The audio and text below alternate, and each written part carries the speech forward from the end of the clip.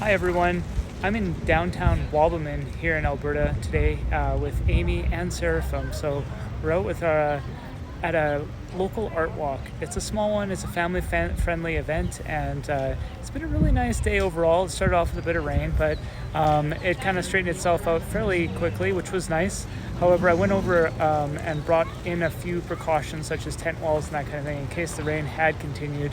I'll go over that when I head over to the booth. The booth's just the blue one in behind me here.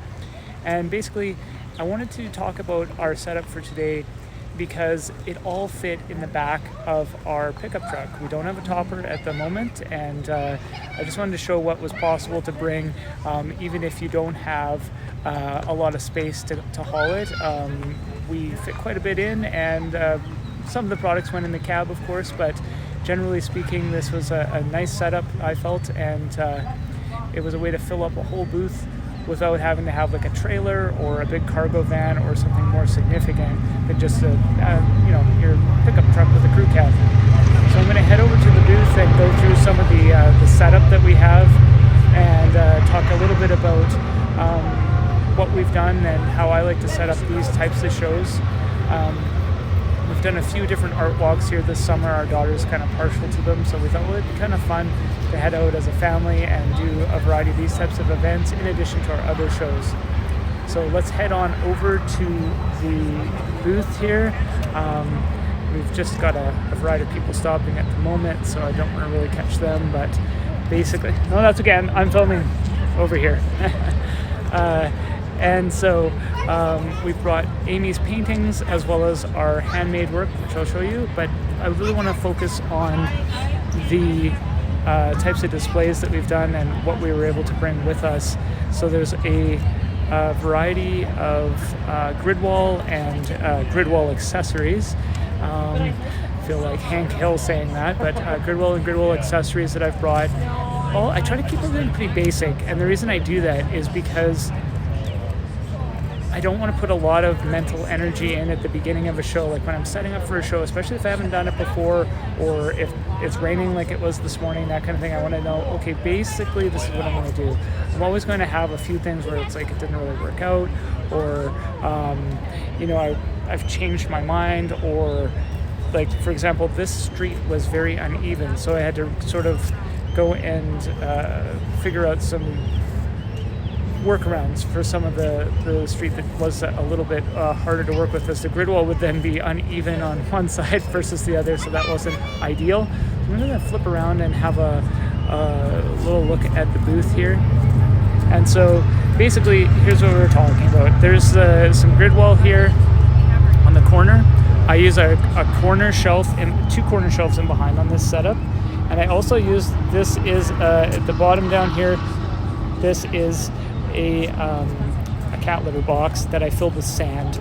I like those though because sandbags get wet, and there are other things here, like my neighbor's tent has these nice weights. They do take up a little extra space, and they cost a little bit more. They are nice though.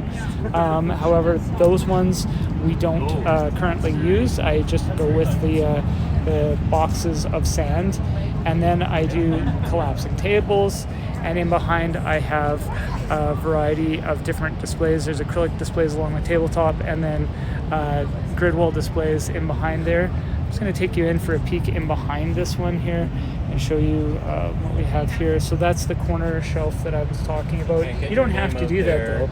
I actually have another setup that I'm going to show you in a minute that is a workaround in case you don't want to buy those or you can't get them. There was a shortage on grid wall here for the last couple of years, so that has been a bit of a challenge. And then on top I put this wire rack that's holding some of Amy's prints, and I like that rack quite a bit. That's Amy in the background there. And I like the prints to go in that. And here what I've done is I've put some tarp straps on. That just ties it in nicely. It doesn't look terrible, I don't think, well, in my opinion. I don't have any comments on it, but I like to do that because that's making the grid wall more stable. And then also down here I've added another bungee around the sandbag just to tie it into the leg of the tent. And then over here with this, I usually put keychains on it, but today, because it kept raining, I ended up just not doing it, although it's nice to kind of fill it in. It would have been better, of course, to have put something else, but it got busy and I just never went back to it. So here we've done the same thing again on the other corner. I like to do the two corners, a nice symmetrical look. Now this has a little bit of a mess going on back here, but what I've done is I've got these shelves. So this shelf is actually just a regular grid wall shelf, and then what I've done is I've taken I put a tie strap, sorry, it's over here, I tie strap it in here so that it doesn't come away from itself, so that it stays square and stays in place. And another thing I do to help with that is I clamp these C-clamps onto it on both sides. And there's also, this is a shelf from IKEA. It's a little beat up from going to all these shows, but what I do is I put it on top of this IKEA tub, then I clamp the grid wall to it, and that creates a nice riser for grid wall. And that's important in this case because this is only a 4-foot piece of grid wall, but I can jack it up, I guess you could say, to about 5.5, 6 feet tall. It's probably about 5.5 feet in this case, and I like that because that even is used to fit in our SUV. And I used the box, the IKEA box would hold our grid wall shelving, and then I use it as a riser. So that's something I like to do, is work in the boxes where I can. And this is a little bit of a mess. I use the paper bags there to just to separate the journals when I store them, but this is a tub full of books, and I use it as a counterweight on this tub so that when the shelving is hanging over the edge here with the journals, it's not pulling the shelving in a direction that I don't want it to go. And so basically I've kind of created this back room here, so to speak, and there's not much to it, but it's a nice space if you want to have a seat during the show and take a break, have lunch, that kind of thing.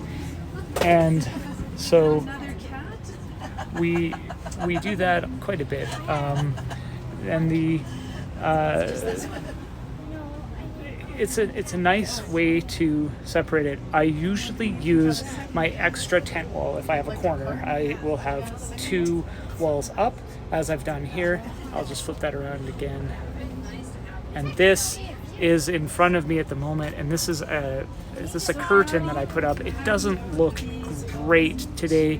I should have probably steamed it or ironed it or something, or used a tent wall, which is what I usually use, and then that tent wall is 10 feet, so I'll create an actual curtained off room, and then we can just pass in and out of it if we want to. If it gets too hot, you can pin it open. But it's great to create storage space like that, and then have a spot where you can also relax during the show, or if someone's taking a break or just needs to rest. That's always important as well. If I'm working the show by myself, of course I'm not using it as a lunchroom, so to speak, but I do use it as a storage room in a way that actually divides the booth. It creates a better background if you have it closer. So rather than just having the tent wall in behind the racking, that's the actual outside of the booth, I'll have it an inner wall, and that creates an instant division. I can hang a sign against it, I can have artwork against it, I can put easels or stands in front of it, or I could have just something displayed like purses along a table or something like that. And I find that looks better, and it makes the work pop out better. And so I would give that as like a recommendation, I guess. And the great thing about all of these is that it's not taking up a whole bunch of like space in your vehicle, a lot of your real estate in your vehicle that you need when you're planning out a show and having yourself and possibly other people like we've done today come with you. I couldn't fill all the seats with stuff. I needed to have space for Seraphim and Amy to sit. And so I wanted to make sure that I had things that would make the booth look as good as I could for the type of event that we were doing, and at the same time, have room for everyone to come to the event. So I hope that those tips were somewhat helpful. One other thing that I'll just focus in on here is this, and that's my wheeler. I love that wheeler. It's a 3-way wheeler, so it can go flat. It works as a regular wheeler, and it can go flat, and then it can also go at an angle as well, and that's helpful. The angle I use for when I'm transporting the grid wall over, and then flat when I'm doing the boxes. So even today, I was able to park relatively near the booth, but not right at the booth. So hand carrying the stuff over to the booth is not preferable, of course, because the boxes can get pretty heavy. And so I didn't really want to do that. But at the same time, I did need to plan out space for the wheeler in the box of the truck too. So the way that I did that was I strapped the wheeler into the box, and then I added some of the boxes on top of it, my totes on top of it, and then strap those to the wheeler, and then strap the whole thing to the side of the truck to make sure that everything was strapped down really well. You always want to make sure the lids of any totes that you're putting in to the box of the truck, of course, are very secure. And so I had put a tarp strap on the box, and then I tarp strapped the box to the wheeler, and then tarp strapped the wheeler to the truck. And I try to overdo it on tarp straps whenever I'm doing that, because I don't want anything coming out of there. It would be a terrible scenario, so we don't want that. And I found that although we are going to get a topper coming in shortly for the truck, just to make things better for the winter, today this was a really good solution. And it would probably, this wheeler, if you get the type of the version where the wheels flatten out on it, or like they kind of turn in and it lays flatter, it would work with a tonneau cover as well. This particular one doesn't work with a tonneau cover because it happens to come like an inch above the box of the truck, so that wasn't great. I mean, you might be able to position it to the very end of the truck and then leave the tonneau cover partially open, or something like that. I don't know, but we thought we'll just get an actual topper because we feel like it would be probably for the better for us. However, that being said, there was plenty of space in the box of the truck, and if you had a wheeler that was a little bit lower profile, it would have worked. Everything would have laid flat in there. Thanks for watching. Catch you next time.